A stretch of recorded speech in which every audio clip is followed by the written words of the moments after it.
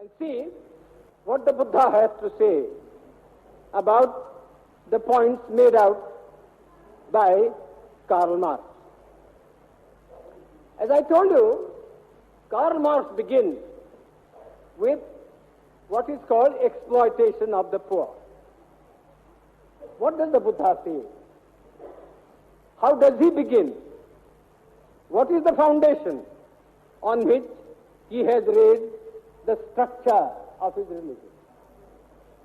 The Buddha too, 2000 or attain it, 2,400 years ago, said exactly the same thing.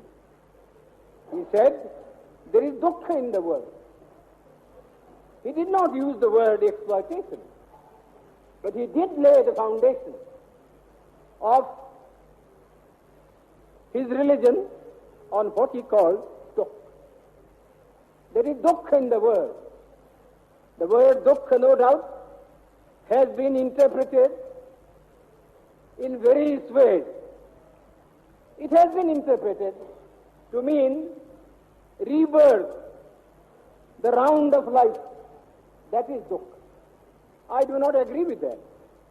I think there are a lot of places in the Buddhist literature where the Buddha has used the word dukkha in the sense of poverty. Therefore, so far as the foundation is concerned, there is really no difference at all.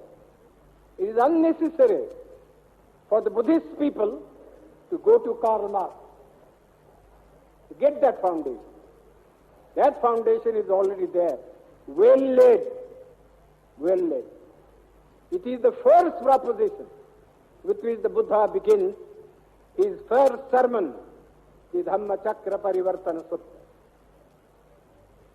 Therefore, those who are attracted by Karl Marx, I say study the Dhammacakra Parivartana Sutta and find out what the Buddha said.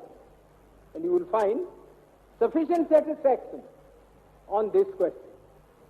The Buddha did not lay the foundation of his religion either on God or on soul or anything supernatural as to that.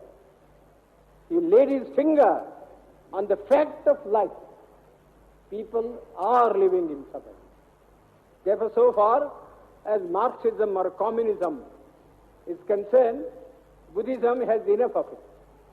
And the Buddha has said it 2,000 years before Marx was born.